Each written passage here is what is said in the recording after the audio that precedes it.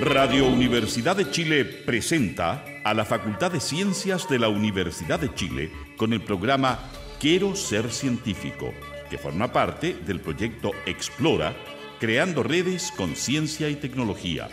Iniciativa que resultó ganadora en el segundo concurso nacional de apoyo al desarrollo de productos de apropiación social de la ciencia y la tecnología.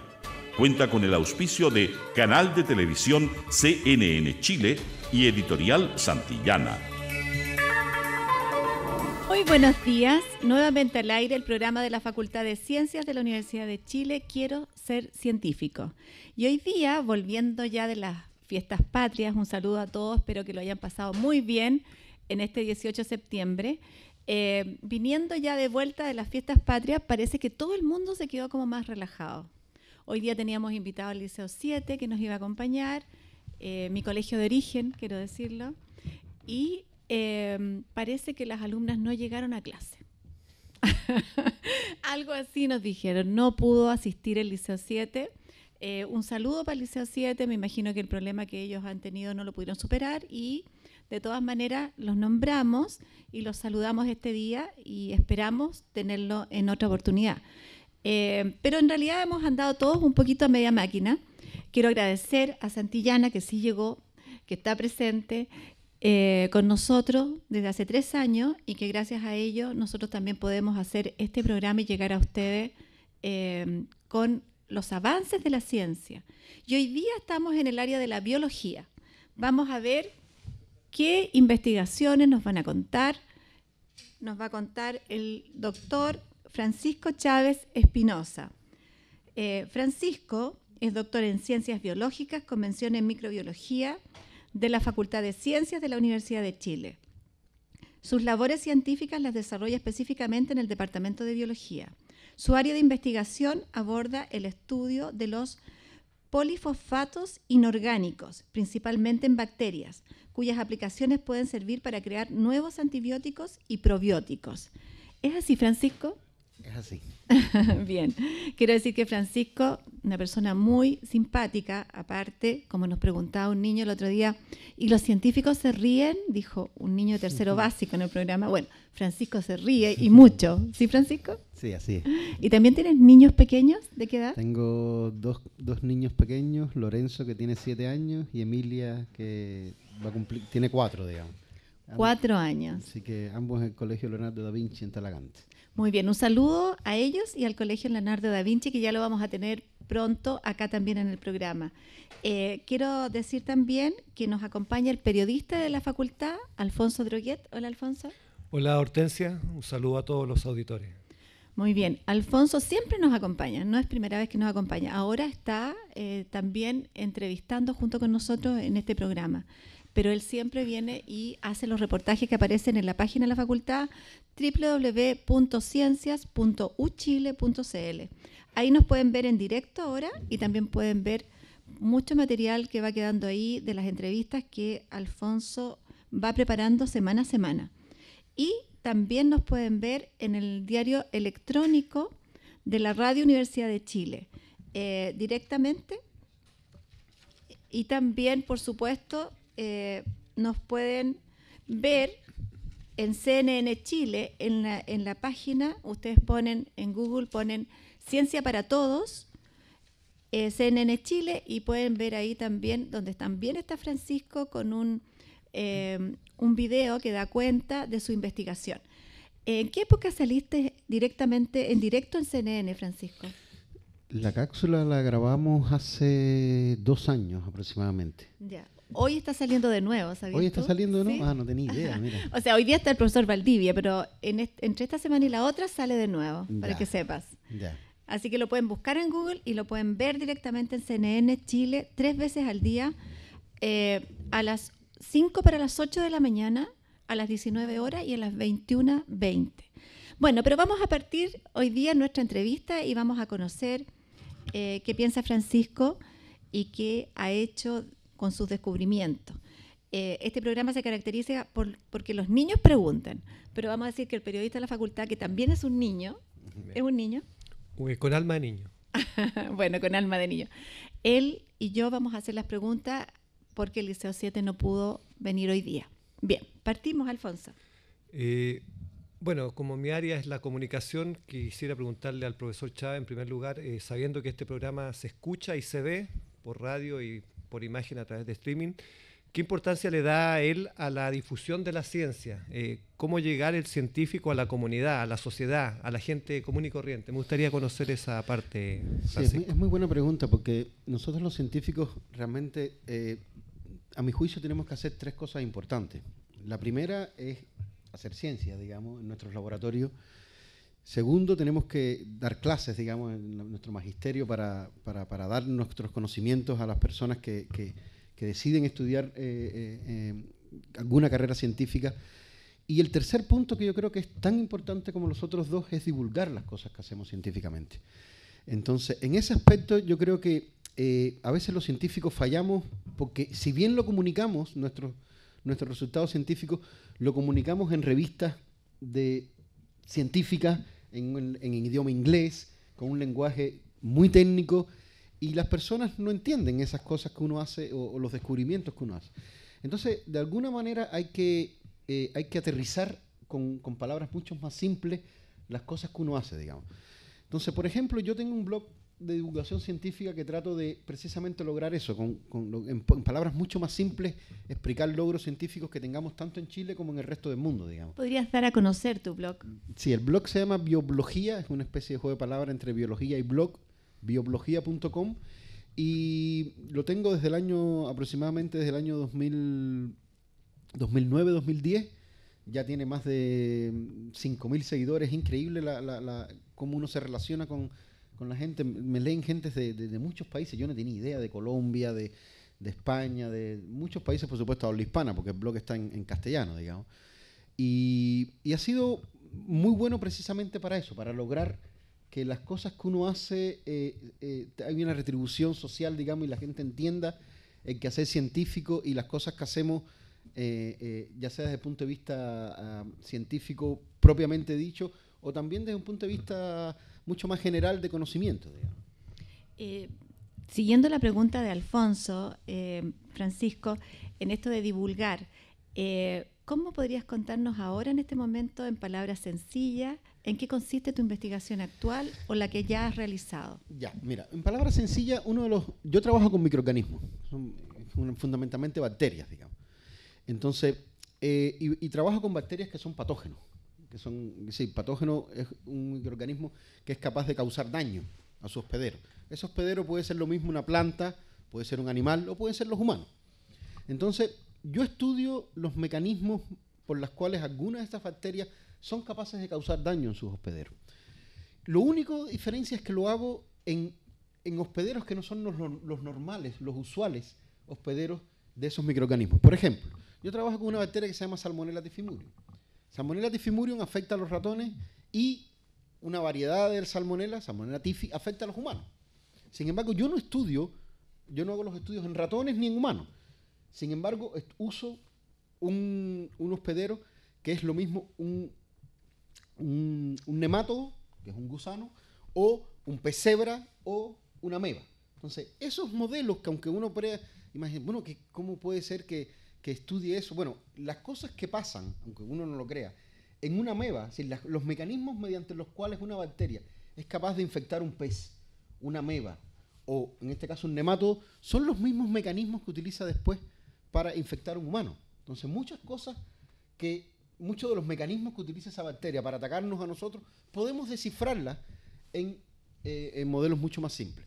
Entonces, mi estrategia es la de es cambiar un poco el paradigma de los antibióticos, porque hoy día tenemos una crisis con los antibióticos mundial, digamos. No existe casi ningún antibiótico nuevo que esté para salir al mercado en los próximos años, por una sencilla razón, es que los antibióticos, los microorganismos, particularmente las bacterias, han desarrollado resistencia muy rápido. Entonces, ninguna empresa o ninguna farmacéutica quiere hacer una inversión tan grande en un antibiótico que después va a durar 2 años en el mercado. Entonces, hay una crisis hoy día con los antibióticos. Entonces, ¿cómo enfrentamos ese problema? Bueno, una forma es cambiando el paradigma, digamos. Es decir, yo creo que desde mi punto de vista no podemos matar las bacterias. Es decir, nos ha ido mal. Yo no estoy diciendo que los antibióticos no hayan sido importantes, fueron desde la creación de los antibióticos han sido uno de los descubrimientos más fascinantes en la medicina, digamos, porque ha logrado curar muchísimas enfermedades. Pero el sobreuso de los antibióticos está causándonos muchos problemas hoy día.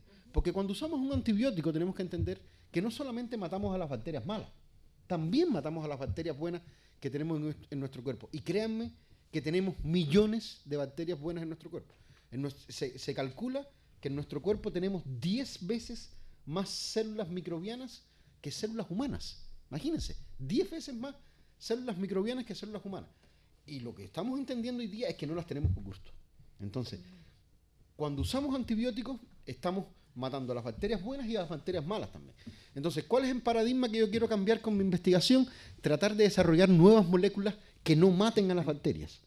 Es decir, son moléculas que no van a matar a la bacteria, sin embargo, van a hacer que esas bacterias no sean capaces de expresar sus factores de virulencia, esos factores que la hacen causar daño en el hospedero.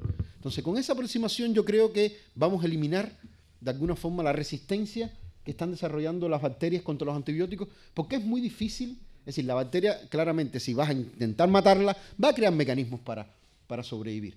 Entonces, en mi investigación lo que nos dedicamos es a usar, resumiendo, modelos biológicos simples, como es un nemátodo, como es una ameba, como es un pesebra, digamos, en utilizar, en descifrar cuáles son los mecanismos moleculares que hacen que la bacteria cause daño en esos hospederos y entonces desarrollar moléculas que sean antivirulencia, no antibióticas. Es decir, moléculas que no maten a la bacteria, pero que desregulen la producción de los factores de virulencia que causan daño en los hospederos.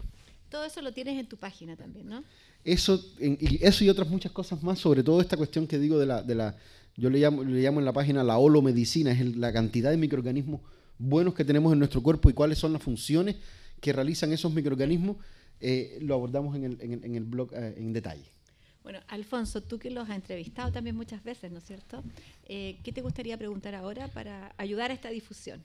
Sí, pensando que este programa obviamente está dirigido al mundo escolar, me gustaría preguntarle al profesor Chávez, de acuerdo a las entrevistas que uno hace, se va dando cuenta de que ahora las especialidades, los nichos, digamos, de los biólogos, de los físicos, de los químicos, se interrelacionan mucho entre ellos.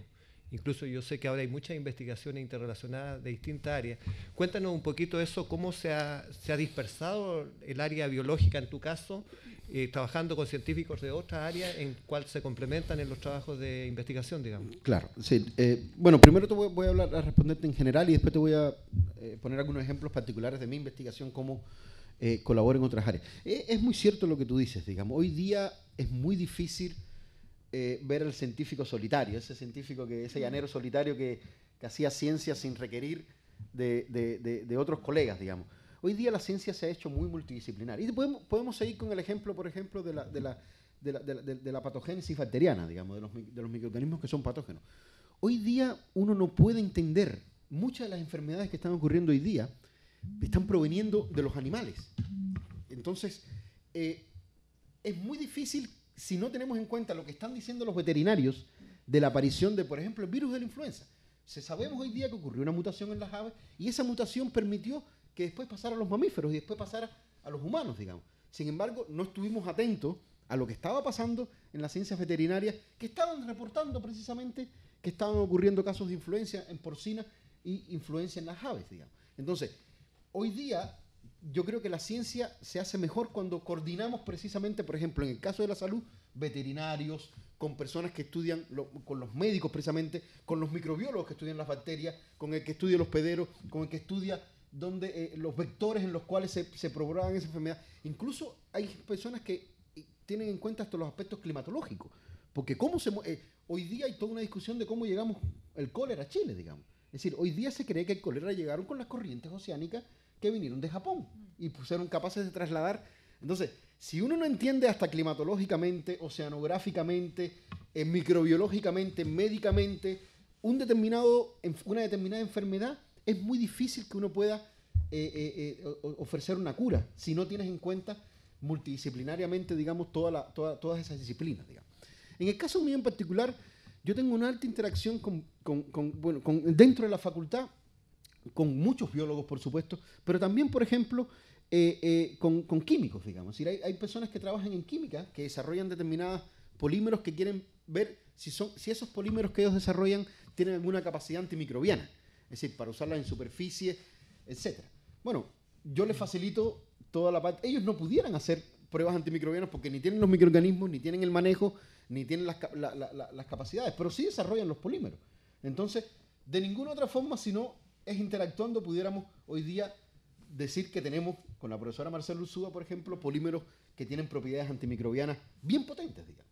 Entonces, en el caso, por ejemplo, de los colegas que trabajan en plantas, las personas que trabajan en plantas, hoy día, por ejemplo, en kiwi se está dando un fenómeno que es muy reciente, del año 2010, empezó el cáncer bacteriano, que es una enfermedad que afecta a los kiwis y que causa realmente unas pérdidas millonarias.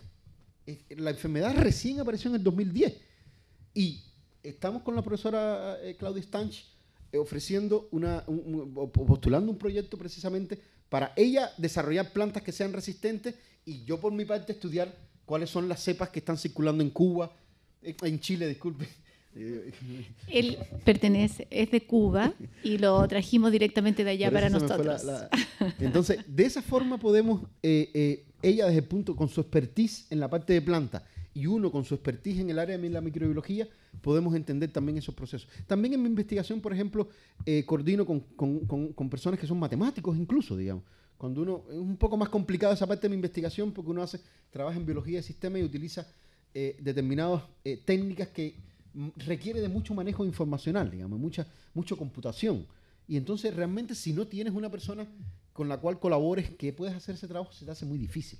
Entonces yo estoy de acuerdo contigo, resumiendo, es decir, la ciencia hoy día cada vez es más multidisciplinaria y requiere, digamos, de diferentes disciplinas para poder llegar a cabo una buena investigación científica. Sí, uno de los objetivos de este programa es que realmente los jóvenes escolares pueden ir uniendo, ¿no es cierto?, los avances científicos y el cómo se realizan con esto de unir el conocimiento y relacionarlo con sus contenidos escolares. Y hemos visto que de alguna manera está muy dividido esto en el ámbito escolar. Todavía no hay una integración del conocimiento. Y por eso es importante lo que tú acabas de decir. Y también importante contarles que hoy día se está celebrando la próxima semana y desde hoy día la semana de la pedagogía en matemática y física. Y precisamente lo que hacen ahí es ver la integración que hay con todas las otras áreas, con biología, con química, y los profesores que salen preparados de la Facultad de Ciencias. Esta es la 5ª generación que está saliendo. Va a salir ahora el año que viene, Alfonso, la 6ª generación, ¿no? Son profesores con base científica, pedagogos en matemática y física, pero también que vienen con la mentalidad de la integración del conocimiento. Por eso es muy importante lo que tú dices, que los profesores puedan comprender el por qué hay que integrar el conocimiento y generar desde la base esta integración. Yo tengo un ejemplo en mi laboratorio. Una de mis estudiantes, ella está terminando ahora su magíster, Catalina Bravo. Ella es profesora de enseñanza media, de Curicó, creo, Yeah. de regiones, digamos. Y ella postuló, es decir, es muy bueno que Fondesit tenga algunos fondos para hacer programas de postdoctorado a profesores, digamos. Entonces, ella llegó con ese afán, digamos, de siendo profesora, querer aumentar su conocimiento científico y está haciendo un magíster con nosotros. Créame que le costó muchísimo, porque realmente la Facultad de Ciencias de la Universidad de Chile, el estándar es bien alto, digamos, en el posgrado y mucha materia que se da, realmente si uno no hizo el pregrado casi en la misma facultad, le cuesta mucho.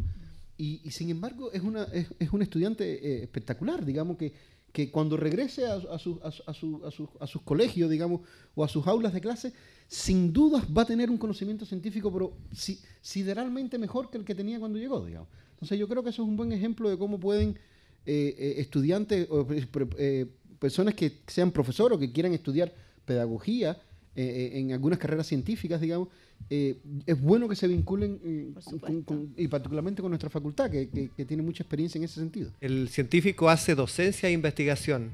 ¿Cómo en lo personal te sientes más realizado? ¿Cuando creas nuevos recursos humanos en ciencia o cuando descubres algo que en la investigación te llena de satisfacción? Ya, es muy difícil, es como escoger entre un hijo, digamos. Yo creo que formando personas, digamos. Yo creo que formando científicos uno se siente mucho más realizado que con un buen logro científico, digamos. Bueno, y vamos a ir a la pausa. Y como ustedes pueden ver, nos dio mucha risa aquí a todos porque estábamos conversando y como decía un niñito en el programa pasado, decía, los científicos se ríen. Sí, nos reímos mucho. Hasta nos estamos riendo cuando no se debe reír, cuando estamos en la radio. Bueno, pasamos entonces a unos minutos de música, de reclame y volvemos.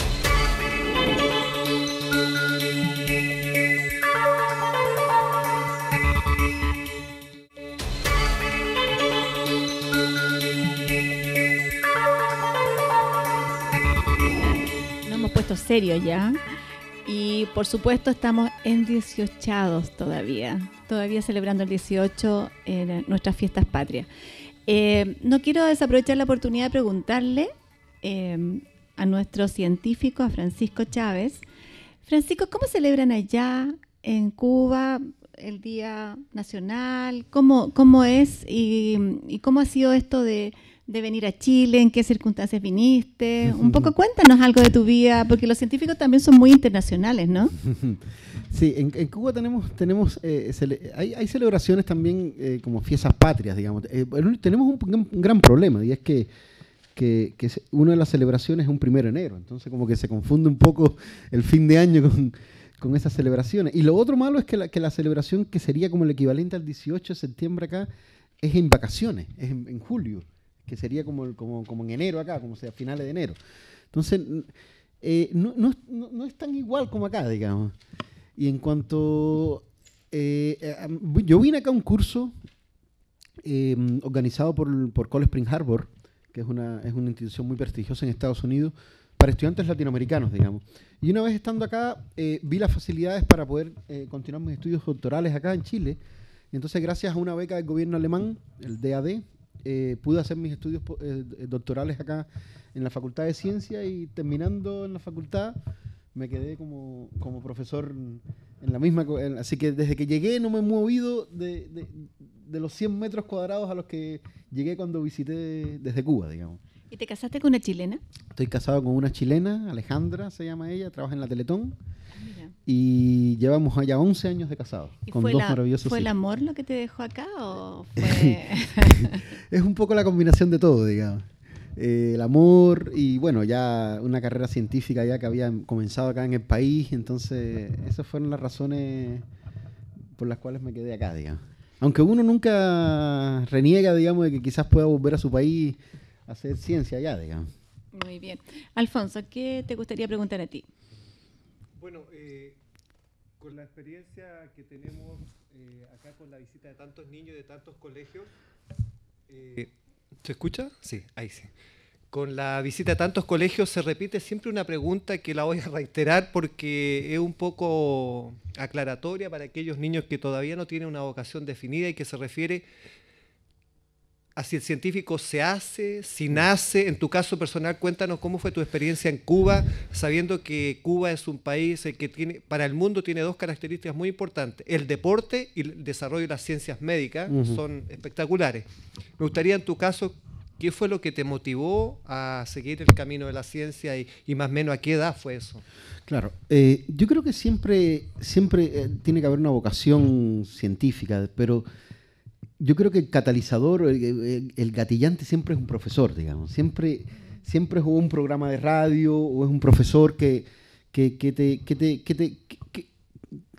inmiscuye un poco más en los asuntos científicos que cualquier otro, digamos. Yo creo que en mi caso fue eso, digamos.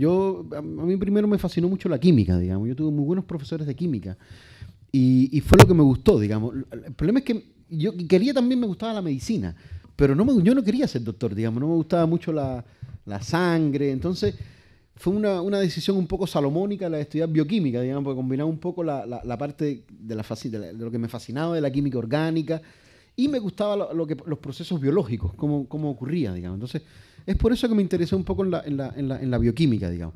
Pero, claro, fue cuando estaba en un colegio, yo estudié en Cuba, en un colegio, viene siendo como el equivalente al Instituto Nacional, digamos, en Cuba. Es un colegio también que selecciona a algunos estudiantes, tienes que hacer una prueba para entrar a él. La única diferencia es que ese instituto existe en todo el país, digamos, es decir, en todas las regiones existe un instituto similar, digamos. yo creo que es un buen ejemplo que se podría seguir. Y estando entonces en ese colegio, en esa escuela, digamos, la escuela Vladimir Ilich Lenin, ellos tenían mucha vocación científica, digamos, mucha vocación científica. Tenían muy buenos laboratorios de trabajos prácticos también. Eso es muy importante. Cuando uno no solo... la ciencia no se puede enseñar solamente con pizarrón, digamos. Hay que demostrarla, hay que hacerla con experiencias prácticas, digamos. Y entonces, claramente, las experiencias prácticas que tuve en química, digamos, en mi colegio, fueron las que me marcaron que eso era algo que yo quería hacer, digamos, que algo que me fascinaba, digamos. Es una carrera bien fascinante, porque yo siempre le comento a los estudiantes cuando me preguntan, digamos, yo no hago nunca lo mismo 2 días seguidos. Es imposible que yo pueda... Bueno, puede ser que tenga que revisar muchas pruebas, que tenga algunas clases, pero en la parte de la investigación científica, todos los días es un día diferente, digamos. Uno les muestran fotografías, microfotografías electrónicas o estas cosas maravillosas que hacemos nosotros con los microscopios para observar en vivo cómo están pasando los procesos. Nunca hay 2 días iguales. Nunca hay 2 días iguales, digamos, porque siempre los resultados son diferentes, a veces no son los que uno espera, a veces son un poco frustrantes, digamos. Entonces hay que también lidiar con un poco de frustración, digamos, pero es una carrera que realmente uno tiene que amarla para ejercerla, digamos, porque si no, de otra forma, nunca vamos a ser muy ricos con la ciencia, digamos, no decir que pasamos hambre, pero tampoco vamos a tener ganancias muy honorosas, digamos. Pero, entonces no tiene mucho sentido que uno no esté haciendo algo si no es que le guste o le apasiona, digamos. Sí, yo quería preguntarte, Francisco, que hay muchos niños que preguntan siempre, bueno, ¿y cuál es su sueño? ¿Qué sueña usted descubrir algún día? Sé que tú estás en el área de las ciencias básicas, en que tienes que investigas, que desarrollas nuevo conocimiento, y generalmente las aplicaciones se van viendo a futuro. Pero igual, ¿qué sueño tienes tú? ¿Qué te gustaría? Hubo un profesor acá que dijo que quería descubrir un método para prevenir los tsunamis, ponte tú.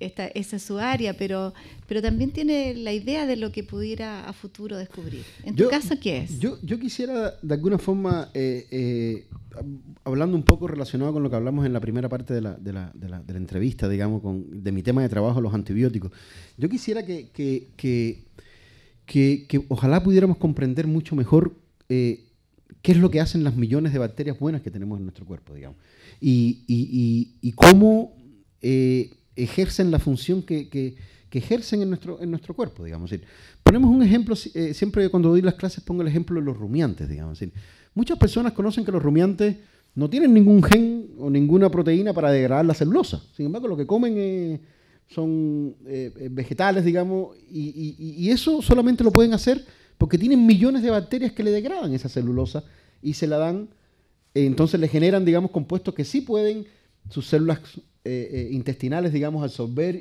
y poder obtener todos los nutrientes que necesita, digamos. Bueno, hoy día estamos entendiendo eso, por ejemplo, en los humanos. ¿Cuáles son las bacterias? Hoy día sabemos, por ejemplo, que las personas diabéticas, las personas que tienen sobrepeso, que tienen incluso síndrome metabólico, que digo que es paquete completo, es decir, no es solamente tener más grasa corporal, es tener problemas con tolerancia a la glucosa, es tener problemas con la regulación de la insulina, es tener problemas de presión arterial. Es decir, eso es uno de los síndromes más importantes en Chile y en el mundo. Es decir, la obesidad en Chile es un problema bien grave. Entonces, entender cuál fue el proceso que pasó en ese caso, digamos, de cómo una persona que no tenía ningún antecedente genético, porque hay algunos claros que son antecedentes genéticos, eso yo creo que sería mi sueño, tratar de entender a los organismos en general. Y cuando digo organismo, digo a una planta, digo a un humano, digo a un animal. Entender que los organismos conviven con millones de microorganismos que son importantes y les son esenciales. Hay plantas que si no tienen una bacteria que les fije el nitrógeno, no puede crecer esa planta. Entonces, ¿cómo definimos ese organismo si no es con los microorganismos que la componen, digamos? Entonces, mi sueño sería precisamente descubrir todas y cada una de las funciones de los millones de microorganismos que tenemos en nuestro cuerpo y de esa forma entonces enfrentar las enfermedades desde un punto de vista más holístico, un punto de vista más general. No solamente apuntando a la bacteria mala, sino, por ejemplo, con probióticos quizás podamos resolver muchos de los problemas, porque muchas de las enfermedades ocurren porque hay una bacteria patógena que es capaz de desplazar a bacterias buenas que tenemos en nuestro intestino.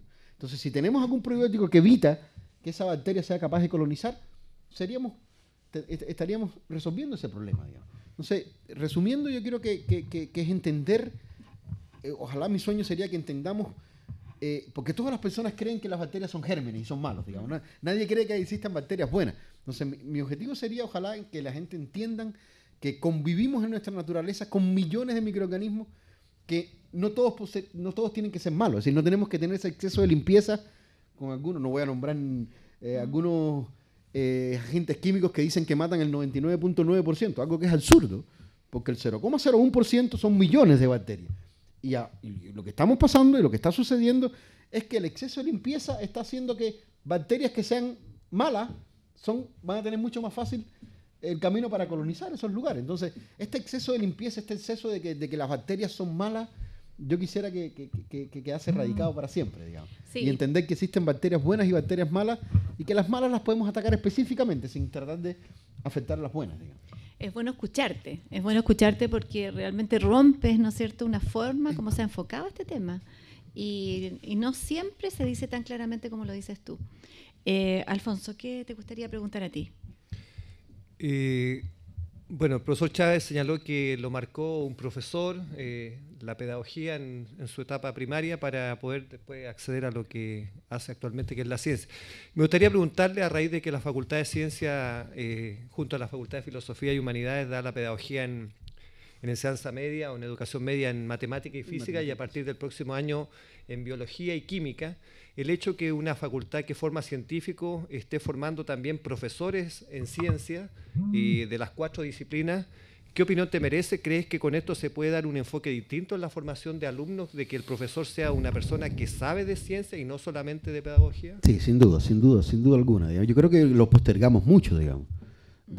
Mucho tiempo deberíamos haber tenido las pedagogías en las 4 ciencias fundamentales, digamos. La teníamos en física y en matemáticas, digamos, y ahora, como dices tú, a partir del próximo año vamos a tenerla en química y en biología, digamos. Yo creo que es una oportunidad única para los profesores que se forman en la facultad, digamos, porque yo siempre lo digo a mis estudiantes, es muy difícil que tengan un claustro de profesores que les dé materias, no solamente que la vieron en un libro, sino materia de la cual conocen y trabajan. Yo cuando les doy clase a mis estudiantes en microbiología, les hablo de temas que trabajo. Es decir, no solamente le puedo poner ejemplos que están en los libros de texto, sino le pongo ejemplos de mi investigación particular, digamos. Porque las cosas en los libros de texto la pueden encontrar en cualquier lugar, la pueden buscar en internet. Sin embargo, una clase hecha por profesores que ejercen la ciencia en su laboratorio es un plus notable, digamos. Yo creo que es un paso muy bueno que hizo la facultad, y yo creo que los estudiantes, los profesores que van a salir después de haber estudiado estas carreras de pedagogía en ciencias, digamos, en la facultad, junto con la facultad de las otras facultades del campus, va a ser muy bueno, digamos. Yo creo que va a generar muy buenos profesores que van a incentivar también, a su vez, en sus alumnos, digamos, el amor por la ciencia, digamos. Francisco, ¿qué te gustaría decirles tú a los profesores que te están escuchando? Como este es un programa que lo escuchan muchos profesores con sus alumnos, ¿qué te gustaría decirles? ¿Cómo poder seguir con esta idea que tú has dado y que tú estás investigando de que existen bacterias buenas? ¿Cómo? Bueno, de acuerdo a lo que a mí me enseñaron, que fue hace mucho tiempo, nadie me había dicho una cosa así, y acá lo he escuchado mucho, y también sigo escuchando que esto es nuevo y que los profesores a lo mejor no lo han incorporado. Entonces, ¿qué le sugerirías tú a los profesores que te están escuchando para que puedan explicar esto de las bacterias buenas y malas y la importancia que tienen? Lo primero, que visiten el blog y lean las noticias. Que visiten el blog. ¿Puedes repetirlo? Bueno, es realmente un tema muy novedoso, digamos. Es decir, hace mucho tiempo conocemos que existen muchos microorganismos que son buenos y sabemos de la importancia de los microorganismos en la humanidad. Es decir, imagínate tú, estamos en una tierra que podemos respirar oxígeno, y eso es gracias a las cianobacterias, que fueron las primeras bacterias que habitaron nuestro planeta. Si no fuera por las cianobacterias, no pudiéramos tener el oxígeno que respiramos hoy día, digamos. La importancia de los microorganismos siempre ha estado presente, digamos. Pero yo creo que a finales del siglo anterior, con el descubrimiento precisamente de los gérmenes, de las bacterias que causan enfermedades, yo creo que cambió un poco la visión de las personas de que los microorganismos son todos malos, todas las bacterias son malas, digamos. Entonces, yo creo que la forma en que pueden enfrentarse eso es, yo creo que acercándose a la investigación científica, leyendo artículos científicos, porque es un tema muy nuevo, digamos. Yo creo que no lo pueden buscar en los libros de texto porque todavía no están los libros de texto, lamentablemente, digamos. Hay muchas películas que incluso tocan el tema, digamos. Hay una película, a mí me gusta mucho una película que habla de Pandora, digamos, este mundo de que todos estamos comunicados, digamos, de que las plantas tienen una comunicación con los animales. Hay algo cierto en eso, digamos, y quizás los microorganismos sean el denominador común, digamos, que hoy día les acabamos de decir, nos estamos transmitiendo enfermedades entre los animales. La zoonosis es un problema fundamental ahora. Entonces, entender que existen microorganismos que son buenos para las plantas y que todo este boom del cultivo, por ejemplo, el cultivo orgánico, tiene un sentido. Y es que cuando uno afecta mucho la tierra está lleno con millones de microorganismos que también tienen su función en los cultivos. Entonces, si ponemos un químico que elimina las bacterias o que hace, estamos afectando la diversidad natural. Y eso tiene un impacto grande que recién estamos entendiendo. No solo, como te decía, en las plantas, sino también en los humanos, en los animales. Será que en mi sesgo, que claramente soy microbiólogo, quiero poner a los microorganismos como lo máximo, digamos, pero yo creo que realmente hoy día, por ejemplo, en los océanos, yo a pesar de que soy científico, yo no tenía idea, y los científicos no teníamos idea, de los millones de microorganismos que están en los océanos, que son fundamentales, porque son los que realizan todos los procesos geofísicos que son capaces de fijar el nitrógeno, fijar el fósforo, que permite el inicio precisamente de la cadena alimenticia en los océanos, digamos. En el aire tenemos muchísimos microorganismos. Entonces, entender que los microorganismos son buenos y malos es algo bien desafiante, digamos, que yo creo que recién buscando blogs de educación científica o acudiendo a la facultad a conferencias, digamos, es la única forma. Yo trato de, en los programas Explora, que tienen 1000 científicos, 1000 aulas, donde diversos científicos van a colegios a dar clases. Ese es el tema en que yo hablo. Mi conferencia se llama Bacterias Buenas, Bacterias Malas.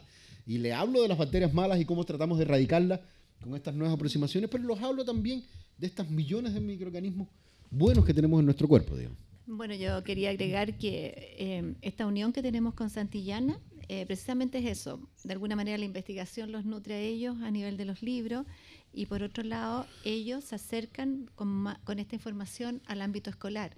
Y de ahí que podemos tener esta alianza que se ha mantenido ya 3 años. Sí, de hecho, en Santillana hace unos 5 años personas de Santillana se acercaron a mí porque conocieron el blog, digamos. Y hoy día hay como 2 o 3 textos de Santillana que sale el blog no sale referenciado por la parte científica, sino como en la parte de aumentar el conocimiento que uno pudiera tener fuera de los libros, digamos, fuera del alcance de los libros, digamos. Yo creo que es una buena iniciativa, digamos, que buenos blogs de divulgación científica, no son los míos, hay muchísimos otros, digamos, que estén, ojalá en castellano, digamos, para que se pueda entender. Los libros de texto, de alguna forma, en esas acápites de tarea extra, digamos, te permitan vincularte, digamos, o con sitios que tienen divulgación científica actualizada y moderna, digamos. Muy bien, esa es la idea, lo que estamos haciendo ahora. Alfonso, ¿alguna pregunta tuya? Me gustaría preguntarle al profesor Chávez, en la facultad hay profesores franceses, ingleses, peruanos, colombianos, cubanos, hay otro caso también, el profesor Eduardo Menéndez, en física. Poco más de 3 meses la facultad va a cumplir 50 años, el 14 de enero del 2015. El vivir este momento histórico de una facultad como la nuestra, de la Universidad de Chile, para una persona con una visión externa, me gustaría que me contara un poco cómo has visto tú a la Facultad de Ciencias, cómo ves el nivel de los científicos chilenos, pensando que tú te formaste en otra realidad, aunque llevas 15 años en el país, pero claro, igual me gustaría conocer esa visión. Claro. Yo siempre cuento que la anécdota de cuando yo llegué a la facultad, la primera impresión fue un poco de depresión, ¿no? Porque cuando yo vi esas barracas, yo trabajaba en Cuba en un instituto de investigaciones casi de primer mundo para expulsar a Cuba del tercer mundo, el Centro de Ingeniería Genética y Biotecnología. Y cuando vi que, de hecho, comencé a trabajar en barracas, digamos, en las barracas de madera, famosas barracas de madera de la facultad, digamos. Mi primera impresión fue esa, digamos, pero ¿cómo puede ser, digamos, que Y después uno se da cuenta que no importan las barracas, ¿no? Lo que importa es una buena idea, lo que importa es un buen conocimiento, lo que importa es el trabajo científico, digamos, no es tanto dónde se haga, digamos. Y eso para mí ha sido fascinante, porque la infraestructura en la facultad ha mejorado notablemente, digamos. Ojalá que un día desaparezcan la barraca y queden como museo, aunque mucha buena investigación se ha hecho ahí, yo creo que la vamos a extrañar después. Después no vamos a querer que las eliminen, digamos. Pero en la facultad, en estos 50 años, ahora que me he empapado un poco más de la historia de la facultad, es realmente espectacular, digamos. Es decir, la cantidad de científicos que empujaron por la creación de la facultad, que siguen hoy día vigentes, algunos de ellos desde sus inicios. Lo inclusiva que es cuando, como tú decías, no importando de que tú vengas de Cuba, de Perú, de donde fuese, digamos, si eres un investigador y tienes una buena formación científica y eres bueno dando clases, eres bienvenido igual, digamos. Eso es notorio, digamos. Y yo creo que la facultad está bien encaminada, digamos. Yo creo que hay muchísimos investigadores que realizan investigaciones muy de punta, digamos, no solamente internacionalmente, sino para problemas locales, digamos. Como estábamos hablando anteriormente con la profesora Claudia Stancha, es un problema lo que tenemos en Kiwi que no lo vamos a solucionar nadie. Los problemas que tenemos con nuestros salmones, con los virus, no va a venir nadie a solucionárnoslos, digamos. Los problemas que tenemos con los terremotos, es decir, esos son problemas bien propios de Chile que yo creo que la facultad ha tenido la capacidad de buscar problemas internacionales, pero problemas bien locales también que enfrentar, porque nos debemos, digamos, nuestro sueldo proviene de las arcas fiscales, entonces está bien que parte de nuestro quehacer científico se retribuya en bienes sociales para Chile, digamos. Y yo creo que la facultad lo hace en buena medida, digamos. Y los 50 años yo creo que hay que celebrarlos bien celebrados, digamos. Sí, y estamos preparando unas lindas celebraciones y vamos a celebrar todo el próximo año 2015. Vamos a partir el 14 de enero. Vamos a tener una previa también. Y vamos a tener una previa, y eso quería preguntarte de la previa. Porque yo sé que ustedes tienen un encuentro que se va a realizar y están trayendo algunos investigadores muy interesantes también de otros países. Y creo que tienen algo importante que anunciar, que sería bueno que tú invitaras al público. Sí, yo creo que podemos y lo hacer la explicaras. primicia acá, digamos. Sí. Mira, el 1 de diciembre, nosotros tenemos, yo soy del directorio de la Sociedad de Microbiología de Chile, el profesor Nicolás Guiliani, que también es de nuestro departamento, Sí. Él es el presidente de la sociedad. Todos los años se organiza la reunión anual, digamos. Este año lo vamos a hacer en La Serena, y siempre todos los años tratamos de invitar a invitados, valga la redundancia, digamos, tener invitados extranjeros de primer nivel, digamos. Entonces, este año vamos a contar con la visita de Antonio Lascano, que es el científico vivo, quizás más connotado, que estudia el origen de la vida. Y él es el último discípulo de Stanley Miller, que Stanley Miller es el famoso científico estadounidense que realizó el famoso experimento de la sopa de la vida, digamos, que fue capaz de recrear los primeros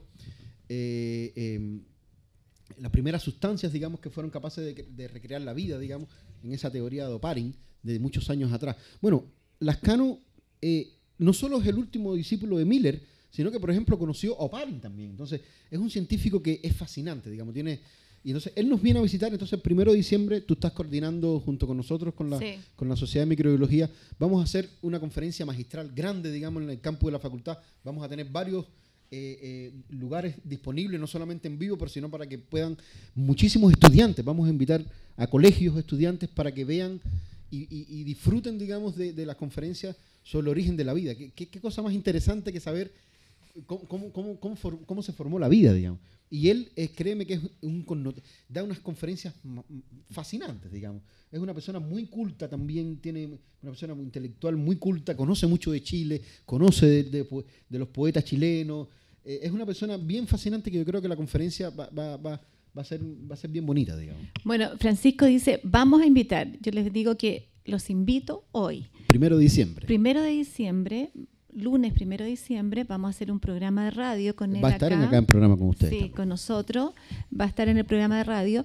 Y las personas que deseen inscribirse, profesores, alumnos y en público en general, pueden hacerlo y pueden llamar al teléfono 2978-7343.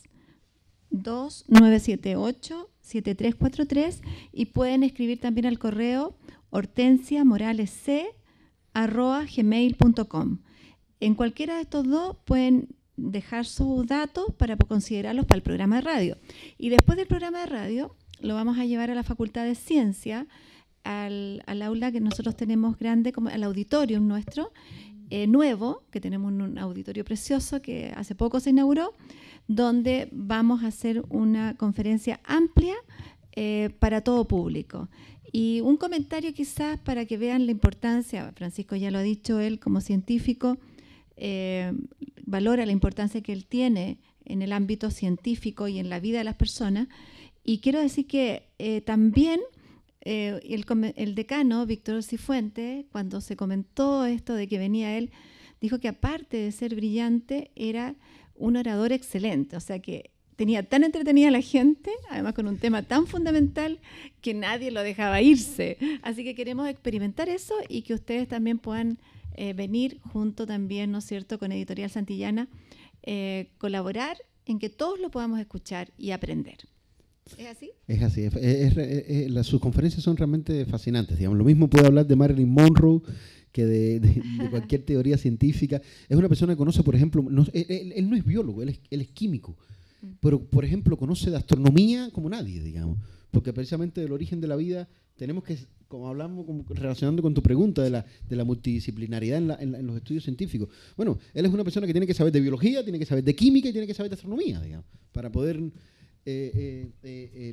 conocer a fondo, digamos, ese tema tan fascinante como es el origen de la vida. Digamos. Sí, y Alfonso, hoy día también hay otro encuentro en la facultad, ¿no es cierto? ¿De qué se trata hoy día? Correcto, se está realizando en el Auditorio María Gilardi Venegas el taller internacional de biotecnología, específicamente en biología molecular vegetal, organizado por las profesoras doctora Lorena Norambuena y doctora Claudia Stange. Y es un encuentro de 3 días, muy importante, con importantes visitas principalmente de España. Vienen unos científicos bien connotados. Es lunes, martes y miércoles. El miércoles habrá una mesa redonda donde se discutirán obviamente las conclusiones de este encuentro. También van a haber unas charlas acerca del patentamiento, que es un tema no menor en nuestro país respecto de lo que es la propiedad intelectual de origen científico, obviamente. Así que los que estén interesados pueden acercarse a nuestra facultad, que sean del área, obviamente. Están cordialmente invitados a participar de este taller internacional. Sí, y además me encantaría, Francisco, que tú contaras en qué va a consistir, ¿no es cierto?, estas jornadas de microbiología que van a realizar y en qué lugar para que la gente también se entere y pueda asistir. Es la reunión anual que la tenemos todos los años. Este año la vamos a hacer en La Serena, desde el 2 hasta el 6 de diciembre. Sí, saliendo del primero nos llevamos a Lascano para La Serena. Y van a haber va a haber muchos simposios, muchas conferencias magistrales. De hecho, siempre tratamos de organizar, por ejemplo, un simposio de científicos jóvenes. Tenemos un simposio que se sale también un poco de la ciencia, que lo hacemos siempre sobre periodismo científico o sobre política científica. Y una de las conferencias también magistrales es una conferencia que siempre tratamos de que sea diferente a la microbiología. El año pasado la hicimos con un astrónomo muy conocido chileno, y este año lo vamos a hacer sobre megaterremotos. Es decir, el profesor Gabriel Vargas, que es el jefe del departamento de geología, digamos, de la facultad del departamento de geología allá en Buchef, va a darnos una conferencia sobre los megaterremotos en Chile, digamos, y la importancia que tiene eso para nosotros. Entonces siempre tratamos de que en nuestra jornada hay una charla que no tenga que ver directamente con la microbiología. Bueno, estamos llegando al final de nuestro programa, pero para que vean la actividad que hay en la Facultad de Ciencia y lo que se está organizando y puedan participar de ello. Un saludo al Liceo 7, que no pudo estar con nosotros y que espero que busque otra fecha para poder estar. Sé que hay dificultades y también estamos todos en 18avos todavía, entonces a lo mejor por ahí estuvo el problema. No llegaron los alumnos quizás. Bueno, un saludo para ellos. Y lo otro, que ya saben ya que se pueden inscribir también para venir este 1 de diciembre. Y un saludo, por supuesto, a todos los que nos están escuchando. Un saludo al profesor que nos acompañó hoy día, Francisco Chávez. Y, por supuesto, a Alfonso Droguet, que nos acompaña siempre, pero hoy día nos acompañó directamente en el programa. A Nanuk, que nos acompaña siempre, a los camarógrafos que están acá transmitiendo en directo, y a la Querida Tamayo, que está allá. Y a Santillana, por supuesto, que sin él no podríamos estar también funcionando al aire ya 3 años. 160 programas llevamos en total. Muchas gracias a todos. Radio Universidad de Chile y la Facultad de Ciencias de la Universidad de Chile, 50 años formando científicos para Chile, presentaron el programa Quiero ser científico, una conversación sobre la vocación científica entre alumnos de enseñanza básica y media y destacados científicos nacionales. Un espacio de la Facultad de Ciencias de la Universidad de Chile, que cuenta con la colaboración de Editorial Santillana, al servicio de la educación de nuestro país.